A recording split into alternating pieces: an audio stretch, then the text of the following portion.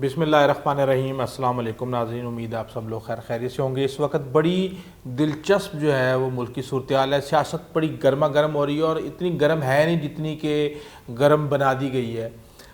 एक तासुर दिया जा रहा है कि जनाब इस्टेब्लिशमेंट तो मरी जा रही है और कभी वो जो है ना अपने जरदारी साहब को फ़ोन करती है, जरदारी साहब आगे जो है ना मौलाना को फ़ोन करते हैं, मौलाना आगे जनाब मियाँ नवाज शरीफ को फ़ोन करते हैं, कभी जरदारी साहब खुद मियाँ नवाज शरीफ को फ़ोन करते हैं।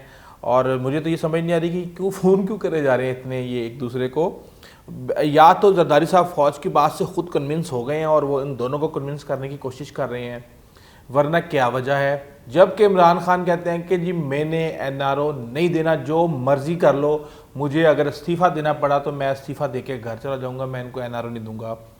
अब एक चीज़ आपको समझने की ज़रूरत है कि ये जो जमहूरियत की बालादस्ती और सिविल सुप्रीमेसी की बात करती है ना, ये एक ड्रामा है और ये पहले दिन से ही ड्रामा है। ये सारी ज़िंदगी 15 साल इन्होंने इसको ड्रामा बना के रखा हुआ है। देखिए, मैं एक सहाफ़ी हूँ, मैं 15 साल मैंने एक से एक इदारे में काम किया है।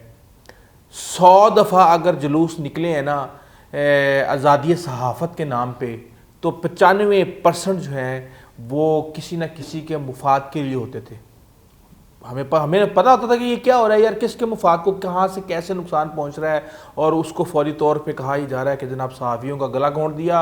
और इसी तरीके से जो भी सियासतदान जो अपनी कंपेन चलाता है, जब वो मुश्किल में आता है, जब वो शिकंजे में आता है, तो वो कहता है जनाब जमहूरियत ख़तरे में, जमहूरियत की बालादस्ती की जंग लड़ रहे हैं हम। वो जंग बेसिकली अपनी होती है, इनका अपना नाम जमहूरियत है। अब बात यह है कि इन तीनों को चाहिए क्या, टारगेट क्या है, मकासद क्या है। मकासद ये हैं कि जनाब आसिफ अली जरदारी साहब कहते हैं कि जनाब जितना रगड़ा हमें लगाना था आपने लगा लिया, खुदा के वास्ते इससे आगे आप हमारे रगड़े मत लगाएं, हमारी नैब की पेशियाँ ख़त्म करवाएं। ये जो हर रोज़ हमें जो है ना किसी न किसी अदालत में घसीटा जा रहा है, ये कहानी हमारी बंद करें और बस यहीं पे स्टॉप लगा दें। मौलाना फजलुर रहमान कहते हैं जी भाईजान मेरा हिस्सा कटो, मेरा हिस्सा नहीं है, मुझे जनाब मैं हार गया, ये कैसे हो सकता है, मैं असम्बली से बाहर, ये कैसे हो सकता है। वो कहते हैं जी मेरा हिस्सा मेरे सामने रखो और मुझे कोई टेंशन नहीं है। उसके बाद जनाब मियाँ नवाज शरीफ कहते हैं जनाब तमाम केस ख़त्म कर दें, तमाम सज़ाएँ ख़त्म कर दें और बस मरियम के भी मुकदमा ख़त्म कर दें, और सिर्फ अपने बचाने की बात करते हैं वो। अब ये तीन चीज़ें हैं, अब ये तीन चीज़ें कौन दे सकता है? जो दे सकता है उनको भी रोज़ाना सुबह शाम फ़ोन हो रहा है, लेकिन इमरान खान कहता है कि मैंने नहीं मानना, जो मर्जी कर लो। तो बात यह है कि NRO इन्हें नहीं मिल रहा, वक्त इनके पास कम है। बहाना एक दिया जा रहा है कि जनाब सेनेट इलेक्शन से पहले पहले हुकूमत गिरा देंगे। कोई नहीं गिराने का, इनको जल्दी इस चीज़ की है कि अब आपको पता है कि मियाँ नवाज शरीफ को कभी इश्तिहारी करार दिया जा रहा है, कभी कुछ करार दिया जा रहा है। इनकी जो अपीलें हैं उनके फैसले होने हैं। 7 दिसंबर को सुना था कि शायद इसका फैसला तकरीबन आ जाना था, लेकिन अब 7 दिसंबर को इसका फैसला नहीं आएगा। क्योंकि इस वक्त अगर फैसला 7 दिसंबर को इनके ख़िलाफ़ आ जाता है तो फिर ये एक कहा ही जाएगा कि जिस तरह मुल्तान वाला जलसा बना के प्लेट में तैयार करके, क्योंकि पेशावर के अंदर मैं आपको बताता हूँ ये लड़ाई की झगड़ा होते रहे, वहाँ पे क्या हुआ है उसकी भी थोड़ी सी तफसील अगर टाइम बचे तो मैं बताऊँगा। तो प्लेट में रख के दिया गया इनको मुल्तान वाला जलसा। अब सज़ा देने का मतलब ये है कि आप फिर एक इनको बात करने का मौका मिल जाएगा, एक और नया तूफ़ान खड़ा हो जाएगा। तो इस हवाले से सज़ा वगैरह का शायद इनको जलसे के बाद ही जो ना फैसला आए इस हवाले से। तो कहानी ये है कि ये रोज़ाना फ़ोन करते हैं, ये रोज़ाना इस्टेब्लिशमेंट से रब्ता करने की कोशिश करते हैं, किसी तरीके से डिले करवा दें, किसी तरीके से ये वाला फ़ैसला भी रुकवा दें, ये फ़ैसला थोड़ा सा आगे ले जाने दें हमें। इस मामले में मैं ये समझता हूँ कि काम ये गलत ही है, इस्टेब्लिशमेंट का भी काम नहीं है ये। लेकिन बहरहाल अब ये सिस्टम चल रहा है तो अब क्या करें, नैब की मर्ज़ी के मुताबिक नोटिस होते हैं। अब वो नोटिस कौन लेने के लिए कहता है ये भी अब पूरी कौम को पता चल चुका है, ये भी कोई कहानी नहीं है। बहरहाल तो बात ये है कि इस वक्त पीपल्स पार्टी को कोई टेंशन नहीं है, कोई उसको जल्दी नहीं है। वो बड़े आराम से जो है ना बैठे हुए हैं, वो सिंध की हुकूमत कर रहे हैं। तो अगर वो 6 महीने बाद भी अगर वो चलती रही चीज़ तो उनका कुछ नहीं जा रहा। मौलाना साहब बाहर हैं, थोड़ी सी उनको तकलीफ़ है, तो पीपल्स पार्टी खेल रही है इस वक्त टेस्ट मैच और JUI खेल रही है इस वक्त 50 ओवर्स का मैच। इनके पास कम वक्त है, मुस्लिम लीग नून के पास। और इसलिए तो रोज़ाना मरीम की तरफ से सजेशन आती है, जनाब आप हम नून लीग के इस्तीफे तैयार हैं, पीपल्स पार्टी दे ना दे, JUI दे ना दे। वो मौलाना कह रहे हैं ठल्लो एक मिनट रुको तो सही, को सब्र तो करो थोड़ा सा। तुमने इस्तीफे देने थे जनवरी के अंदर, तुम 13 दिसंबर को ही तुमने ये शोर मचाना शुरू कर दिया है कि इस्तीफे दो इस्तीफे दो और इस्तीफे दो। क्यों? क्योंकि मुस्लिम लीग नून के पास इस वक्त बहुत ज़्यादा कम है वक्त।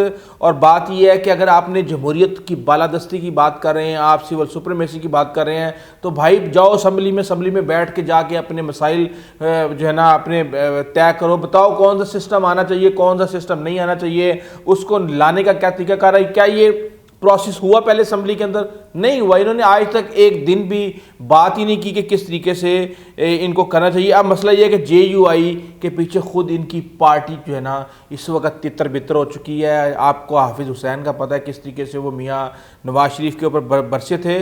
तो इस तरीके से अब इस वक्त मियाँ मौलाना फजलुर रहमान के ऊपर भी लोगों को समझ आ रही है कि ये सिर्फ़ और सिर्फ हिस्सा मांग रहे हैं, और हिस्सा लेने के चक्कर में ये पूरी पार्टी को मोबिलाइज़ करने की कोशिश कर रहे हैं। इस वक्त सूरत हाल ये है कि जिस तरह एक फीडर होता है ना, जब माँ एक फीडर एक बच्चे के मुंह से निकाल के दूसरे बच्चे को देती है, तो पहला वाला बच्चा जिसके मुंह से फीडर निकाला होता है वो रोना शुरू हो जाता है। अब फीडर है मियाँ अपने इमरान खान के मुंह में। अब वो जो है शरीफ ख़ानदान, वो आपको पता है सबसे बड़ा लाडला था इस्टेब्लिशमेंट का, और एक दफ़ा नहीं पाला, 2 दफ़ा पाला, 3 दफ़ा पाला, 3 दफ़ा जवान करके फिर बच्चा बना के फिर पाला, फिर 3 दफ़ा वज़ीर आज़म बनाने के बाद अब जब फीडर गया है इमरान खान के मुंह में, तो अब इनका रोना बनता है। ये एक नेचुरल सी चीज़ है, और इसके बगैर ज़ाहिर सी बात है मसला हल भी नहीं होना, क्योंकि ये लोग इक़्तिदार के लिए लड़ते हैं। और आप मरीम को देख लिया, आप मरीम की दादी यानी कि उनकी डेथ हुई थी, और उन्होंने जनाब मैयत अभी घर पहुंची, उन्होंने पहले ऐलान कर दिया कि जी मैं मुल्तान जलसे में जाऊंगी। क्यों? क्योंकि वो एक भी मोमेंट इस वक्त ज़ाया करने नहीं चाहती, और वो ये समझ रही है कि मेरी पॉलिटिकल ग्रूमिंग हो रही है और मैं जनाब लीडर बन के सामने आ रही हूँ। लाहौर के अंदर जनाब छोटी से छोटी कोई मोटरसाइकिलों की भी रैली होती है तो उसकी आगे लग जाती हैं, और जनाब कहती हैं जी लीड करेंगी मरीम नवाज़, और वो हर रोज़ कोई एक मौका भी ज़ाया नहीं देती करने जाने देती, और वो उसको एंजॉय कर रही हैं। तो इस वक्त बात यह है कि ये मांग क्या रहे हैं, ये जमहूरियत की बालादस्ती की सूरत में मांग रहे हैं कि जनाब JIT का ख़ात्मा कर दें, स्पेशल कोर्ट्स ख़त्म कर दें, एहतसाब अदालतों को रोक दें, और आप हमारे केस जो हैं वो बंद कर दें। ज़ाहिर सी बात है अब नैब की कोर्ट्स जब एकदम से बनेंगी और जब उन्हें 90 दिनों में फ़ैसला करना होगा, तो ये सारे ख्वाजा साद रफ़ीक समेत जितने भी बड़े कौन आपके सामने ही है कि आप अब्बासी साहब भी फ़ारिग हो जाएंगे, ख्वाजा साद रफ़ीक भी फ़ारिग हो जाएंगे, ख्वाजा आसिफ भी फ़ारिग हो जाएंगे, एहसन इकबाल भी फ़ारिग हो जाएंगे, तो पीछे बचेगा क्या? ये तो बिल्कुल फ़ारिग हो जाएगी नून लीग, ना कोई अपोजिशन करने वाला होगा, ना कोई बात करने वाला होगा। इस तरह बहुत से ऐसे खौफ हैं जो कि इनको खाए जा रहे हैं, जबकि इन्होंने बलूचिस्तान के अंदर अपोजिशन ने अपनी सेनेट इलेक्शन की खुफिया तैयारियां करना शुरू कर दी हैं, और वहाँ पे ये आपस में बात ये कर रहे हैं कि हम अगर PDM इकट्ठी मिल के जो है ना पेशावर के अंदर नहीं, बलूचिस्तान के अंदर अगर इलेक्शन लड़े सेनेट का, तो वो उसके बेहतर नताइज हासिल किए जा सकते हैं। जब इन्होंने, आपको पता है कि सेनेट के मामलात होते हैं, तो जब चेयरमैन सेनेट लगाना था, आपको अच्छी तरह याद होगा कि इमरान खान और पीपल्स पार्टी दोनों आके खड़े हो गए थे एक दूसरे के साथ। ये सोचने की बात है। तो आपके ख्याल में ये लोग जो कि आर्मी चीफ की तैनाती के हवाले से सारे इकट्ठे हुए थे वोट देने के लिए, ये आगे जाके कोई टफ़ टाइम देने जा रहे हैं? ऐसी कोई सूरत हाल नहीं है। PDM ख़ुद के अंदर बहुत ज़्यादा इख्तलाफात पाए जाते हैं। पेशावर जलसे में ANP JUI से लड़ रही थी, और उसके अलावा नून लीग और ये वो सारी पार्टियां जब जलसा ख़त्म होता है तो उसके बाद एक दूसरे से शिकवे करते हैं कि जनाब आपके झंडे कम थे, आपकी लाल टोपियां कम थीं, आपके वर्कर कम थे, आपने ये नहीं किया।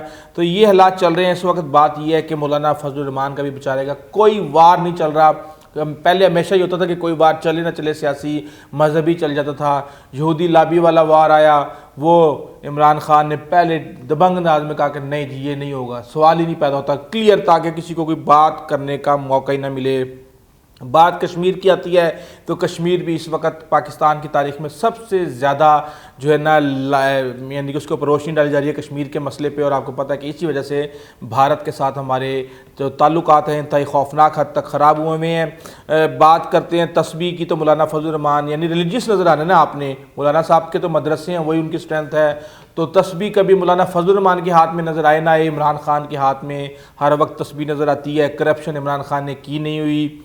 तो ये सूरत हाल है कि महंगाई है, महंगाई बहरहाल उससे कोई इनकार नहीं कर सकता, वो इमरान खान की गले की हड्डी बनी हुई है। और यही वजह है कि इनको आज इतना मौका मिल रहा है कि ये बढ़ चढ़ के बातें कर रहे हैं। बहरहाल इमरान खान को अपनी गिरबान में भी झांकना पड़ेगा, अवामी मसाइल को फौरी तौर पे कोशिश करनी पड़ेगी कि इनको ख़त्म किया जाए, वरना इस तरह आज बच जाएंगे तो फिर आने वाले दिनों में मज़ीद मुश्किलात पैदा हो जाएंगी। क्योंकि जब लोग दिल से आपसे के ख़िलाफ़ हो जाएंगे तो फिर बड़ा मसला हो जाएगा। अभी आपके सपोर्टर ये कह रहे हैं कि चलो जैसे भी हालात हैं रोटी तो खा के सो रहे हैं ना, तो कोई बात नहीं। हम ये नहीं चाहते कि इमरान खान जो है ना इन दोनों की तरह सारी ज़िंदगियां हमें यही बताते रहें कि जनाब मुझे हुकूमत नहीं करने दी। जिस तरह ये कहते हैं जी हमें 2.5 साल के बाद हमें घर भेजे जाते रहे, हमें हुकूमत नहीं करने दी, हमें तरक्की नहीं करने दी। लेकिन अब पिछले 10 सालों में जो इन्होंने तरक्की की है वो आप सबके सामने है। इस हवाले से हम आपको इंशाल्लाह जो भी लेटेस्ट अपडेट्स आएंगी वो हम आपको देते रहेंगे। लेकिन आपने घबराना नहीं है, क्योंकि इस वक्त जो सूरत हाल है, हाँ आप अपने घरेलू हालात से तो घबरा सकते हैं, आप महंगाई से घबरा सकते हैं, लेकिन आपने PDM से बिल्कुल भी नहीं घबराना। आइंदा तक इजाज़त दीजिए। अल्लाह हाफिज़।